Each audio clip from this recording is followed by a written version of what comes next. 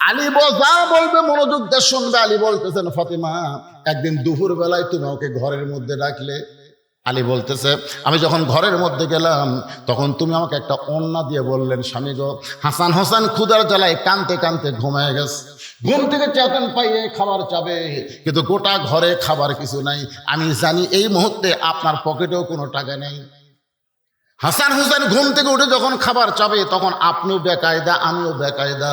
এই জন্য এই জিনিসটা আপনাকে দিলাম, এটা হলো আমার ওড়না, এটা বাজারে বিক্রি করবেন, এর যা দাম হবে সেই দাম দিয়া আমার হাসান হোসেনের জন্য খাবার নিয়ে আসবে। আলী বলতে যে, ফাতেমা তুমি আমাকে ওড়না দেওয়ার পরে আমি তোমার ওড়না পকেটের মধ্যে নিয়ে বাজারে গেলাম, পকেটের মধ্যে নিয়ে বাজারে গেলাম, কারণ ফাতেমার ওড়না স্বামী নিয়ে বাজারে ঘুরতেছে, মনটা খালি বারবার বলতেছে ওড়না বের করে যদি বিক্রি করো